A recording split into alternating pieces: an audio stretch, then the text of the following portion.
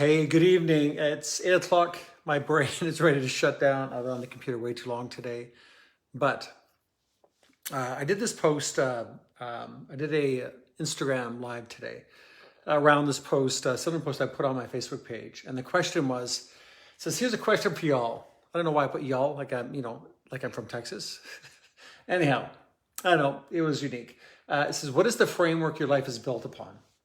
Underneath your health, your relationships, your career, can you point to the specific framework that it all rests upon? So that was the question. And I got some answers here. Faith, courage, and hope. Connection to source and self. And let's see what else is here. I am made by God and for God, a vessel in everything I am or do, and sustained by Him. Okay. And with those answers, there's some really good heartfelt answers there. But it's one of the things that I've really been thinking about. And obviously, I mean, if you've followed me at all, you know that there's the place I always go inside these conversations, and I'm really fascinated by what is the framework, right? What is the specific framework and how we navigate our lives going forward? And it's not something that we don't give it a lot of thought. And of course, and there's some ambiguity in some of these answers. Now, I'm not saying the answers are wrong, but it just, like how much deeper below the answers we that are given can we go? So if we use so Sherry, I put these three beautiful words: faith, courage, and hope. So that's the framework. So specifically, again, within that, what Sherry, I'll challenge you is to define faith specifically. And how does faith, so faith as it relates to your health, relationships, career. So how does faith underpin and guide you inside your life? How does courage? So courage specifically, what does it mean specifically? So those three ideals, faith, courage, and hope, which are beautiful ideals. How are they emotionally embodied? Like how do they show up inside of you? What does it feel like to experience faith, courage, and hope? Where has it shown up in your life consistently? And can you pinpoint? Could you sit down and could you write 16 pages of faith, courage, and hope? Could you write that out in detail, right? And highlighting specific instances, and not only highlighting the instances that you experience those things, but indeed exactly where it shows up in the body, the kind of emotional gradient that it pulls out of you. Connection to source and self. And again, so what does that mean specifically, right? The one thing that I've come to understand about the brain is that it doesn't do well with ambiguity, right? The brain, considering the complexity of the operations required to keep this thing running on a day-to-day basis, there's a hierarchical way of the brain and body functioning together. There's a hierarchical way that allows this thing to move forward. What I mean by a hierarchical way, that there has to be a sequence of events and a process, a map, as it were, for the brain to follow, a protocol for the brain to follow to move you through your life, right?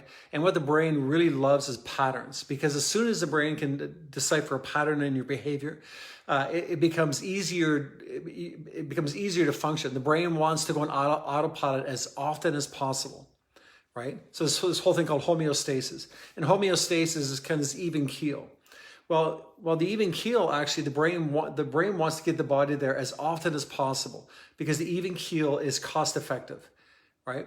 If it's constantly, if it's very expensive to run your body, if it's very expensive to run your immune system, it's very expensive to run your brain.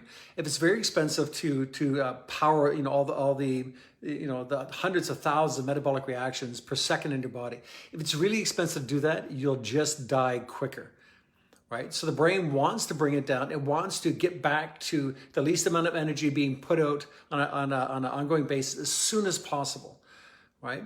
Which is a good thing, because you get to live a lot longer. The downside to homeostasis, is that if it's looking for equilibrium, if you're not actually if you're not actually pushing yourself to a certain point, let's say beyond where you currently are, if you're not stretching consistently but not chronically, and here's what I mean by that.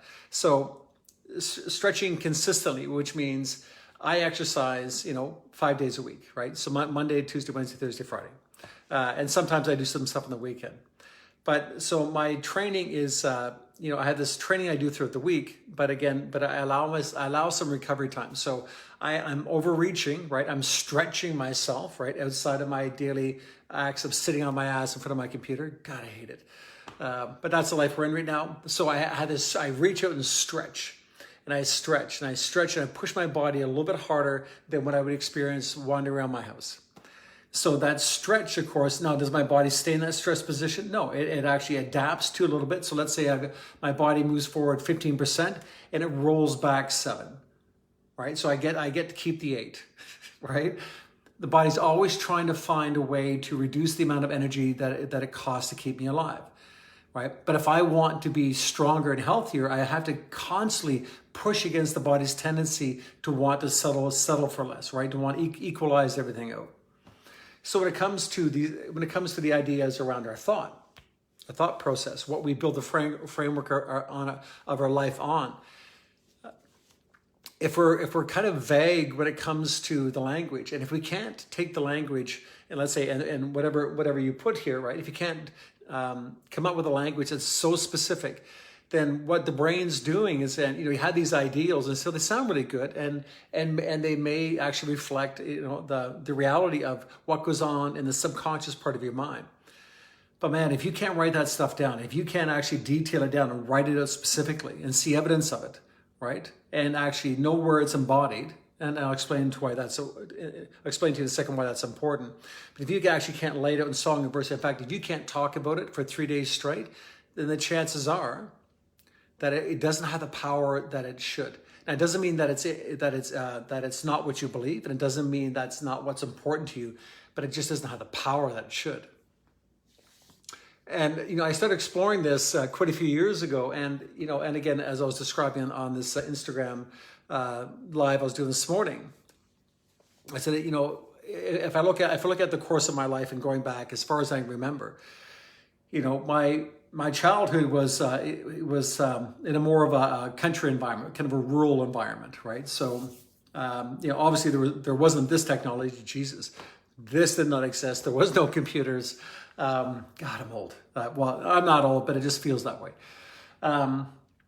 And so, from the time I learned how to walk and run, right? So, by the time I learned how to move, my nervous system was developing. I was learning all these motor skills.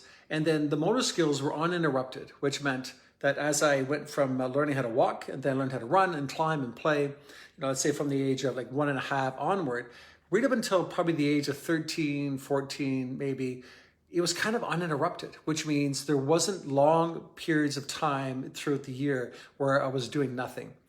So I had more physical behavior. Physical behavior was the constant and the chronic part of my life because I was always in flux. As opposed to being sedentary. Now, why that was important? Because my nervous system is listening to everything that I do, everything that I think, and every aspect of my movement. My nervous system is paying attention. And so if I was chronically moving, jumping, playing, I worked on, we had a hobby farm. So we had an acre of garden. We raised organic food, but it used to be called food. Now we actually had to have distinctions, which says a lot about stuff that's not called organic. It's not food. Anyhow, right? So we had an organic garden we raised. So we had 3 pigs we raised. We drank goat's milk from goats that we raised. And we did physical labor. And we played, right? We played physically. So we were very strong kids, very healthy kids. Now, in that environment, neurologically, my nervous system is interacting with the environment, and the pattern's unbroken because nobody told me to sit down and don't move, right? And so I was allowed to move. I was allowed to go for hours back in the forest and climb trees and do whatever, right? So you've heard these stories, time and time again. School was uphill both ways in the snow. It's kind of like that, right? It was a pretty physically active dynamic. So the dynamic aspect of the lifestyle, when I was 16, maybe 16, 17, got into strength training, the framework neurologically, physically, that was already existed from all those years of movement was the framework that I built my training on, which meant that when I started training, that it was something my body naturally knew how to do because the pattern had been unbroken. I had done manual labor. I had moved on. The pattern of movement and strength training and lifting and pushing, pulling was unbroken for so many years that I just moved straight into the fitness world. And as I got into training, I was at 16, I was stronger than most men around me. Right. And it's not because I was bigger than they were, but it's just I was work hardened from a life of manual labor and play. Right? Which used to be normal for the world, which isn't normal anymore. So that was the framework. And what was the framework nutritionally?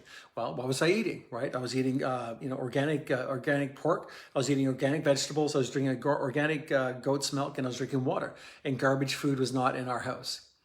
Right. So you think about, so biochemically, the framework, right, was there nutritionally, physiologically, the framework was there physically, right. And then neurologically, my brain had access to all this information about movement and all this rich nuance about movement, pushing, pulling, falling, lifting, and it knew how to make this thing run. So by the time I was 16, I had a massive framework to build on. So when I'm working with clients, when it comes to their fitness, guess what people don't want to do? Well, they don't want to start at the beginning. But if you don't have the framework to build on, the chances are you'll never experience what's possible for you. Now, it may take a little bit longer, but if you spend 6 months building the framework in, which so many people have to do nowadays, whether you like it or not, just what it is. If you're willing to build a framework, build the framework first, let's say it may take 6 months, then you have something powerful to build on because you're actually building this beautiful, rich library of information around movement that currently does not exist in the vast majority of the population. All right, so let's switch over to our psychology, right? To how we think, or philosophy. So what's the framework of how you think? Well, personal development and the spiritual world now, the world as it exists now, for the most part, right? For the most part, really does not give people what they want. And in fact, it creates more confusion. There's a term that I coined years ago called personal development fatigue, right? So, we just book after book and course after course. And, there's the last couple of people I've worked with, God, one lady spent in excess of $200,000 in personal development. This other gentleman I'm working with spent in excess of $100,000 in personal development training and courses. And what did it do? It gave them lots of information that just never landed properly. So it was inaccessible. Why? Because they forgot there wasn't the framework to build it on, right? And there had to be a pre-existing philosophical framework that you build it upon and everything attaches to that, like building a house.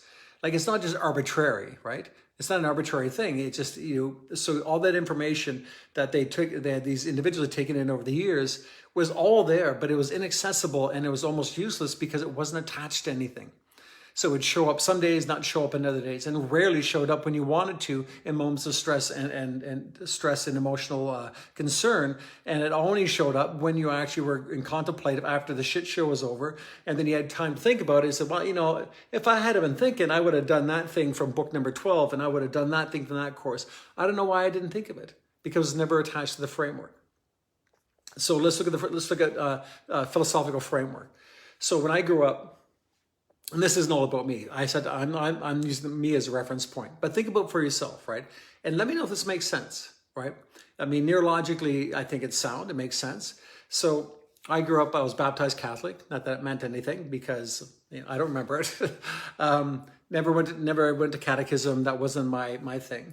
But I did spend quite a few years. My father was a Jehovah's Witness when I was probably 6, I guess, around 6 or 7. And I was involved in the organization until probably in around 15 or so, somewhere around there. So if you know anything about Jehovah's Witnesses, right? I mean, it's like going to university. It's a study. It's not go to church on Sundays saying, oh, that was really great, I'll see you next week. This was like 7 days a week. And it wasn't militant. It was just consistent. So you think for a child, right? For let's say for a 6-year-old child, and I'm starting to read and I'm starting to hear 7 days a week, right? For let's say, what's it from 6 to 4? Oh God, what was it? Maybe 9 years, 10 years. But 7 days a week, 10 years. And you can only really associate with people of your faith, right? So, and again, it's not a criticism. I'm just giving you my experience, right? Believe what you want to believe. But I did find it really interesting is that because of that framework, the way it was designed, and because of my thought process, because I was listening to language that guaranteed no 6-year-old here has these kind of conversations today.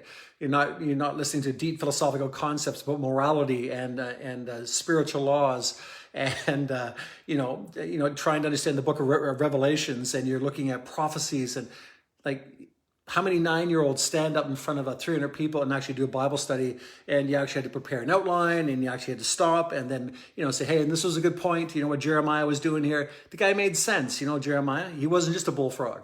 So, so being a youth and being exposed to deep philosophical information, regardless of what you believe whatever you think about, the witness faith, it's not the point. It's not about theology. It's about the information. It's about the necessity to think and to extract moral laws and concepts that most people you don't find on TikTok. How about that, right? So, but it was that framework. So, and because my language skills were developed because I was reading really complex information when I was younger. As I got older, when I decided to, it actually wasn't until I was 28, when I kind of came back to planet Earth and I stopped my 15-year party around the planet, that I realized that when I started studying that things came really quickly to me. And why? Because I had a really a rich framework of understanding, a rich framework of thinking and processing and comfort around philosophical ideas and comfort around language and challenging thought processes. So that's what I mean by framework. So the reason for all that background really is that when I'm asking questions about framework, like when you're thinking about something, when you're saying that, I believe something, what does that mean specifically? And I'm not challenging anybody's belief system. I'm just provoking people and provoking people to think, if we say we believe something, right? If we say that, that we really love, this, let's say you love Deepak Chopra, but have you studied Deepak Chopra? Or do you just like him? He has some good quotes and be fun to have coffee with. But do you really understand where his stuff comes from, right? Do you understand much of his faith? I was really fascinated by Eastern philosophy and Tantra. Tantra has kind of come back and forth through my field of vision and around my thought process over the years. So I decided to study a course on Tantra, on Eastern philosophy. And this is just an introductory course into Eastern philosophy, but I want to understand where it came from. I want to understand like the grassroots, like where did it evolve from? What was the impact of Tantra on Buddhism? What was the impact on Tantra on Hinduism, right? And I was curious because, and the reason why I kind of provoked this conversation is that this world is spinning out of control, and what it seems, it just seems that people we don't think, we're just constantly knee-jerk reacting to everything. And I get caught up in the same bullshit myself. Like, it's just, I'm a human, and I can get emotionally dragged along the three-ring circus we find ourselves in. But I really do think that if we want to really make powerful steps forward in our life, whether it's controlling your physical health or controlling your mental health, we need to really decide on the framework we're using, because what the framework that's being given to us is making people insane, right? And it's pitching people against each other.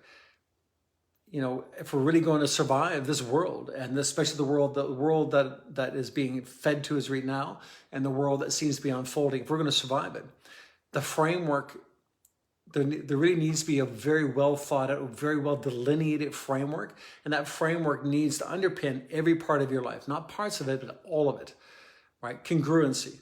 I often say, and I'm not sure if I ever get in trouble for this, but I'll often say, listen, be a Catholic, be a Jew.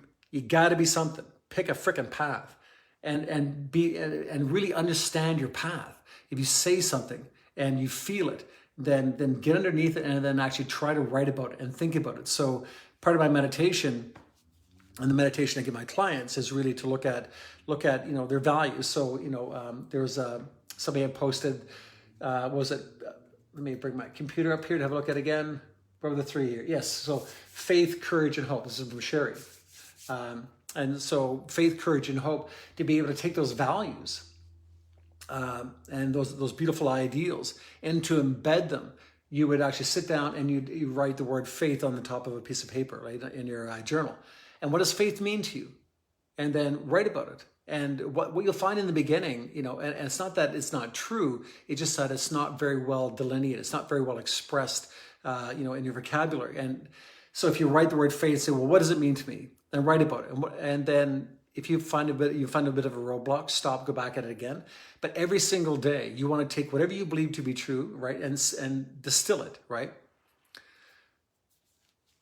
Right. So you distill it so that that faith, you see evidence of faith everywhere. So I can go back, so my three parts of my framework would be trust or truth, courage, and compassion, right? So truth, courage, and compassion. And not only do I have to know what they stand for, I have to know what they are, but I have to know what they stand for. And then the objective is for me to take those ideals, and then that actually becomes my spiritual path. Those three ideals become my spiritual path. And I delineate them, and I write about them, and I feel them, and then I use them as the filter in which I look at my life and the conversations I'm having, right? So it's just, the more you write about those ideals, what's so interesting when you get into the practice of it, and neurologically it takes 6,000 to 10,000 repetitions to build a brand new map inside your brain, right? To build a brand new, let's say a brand new consciousness, a very wired in consciousness in your brain, something that's actually accessible, that's alive and tangible. So 6,000 to 10,000 repetitions. So I have people doing this at least every day, sometimes twice a day, for several weeks and weeks on end.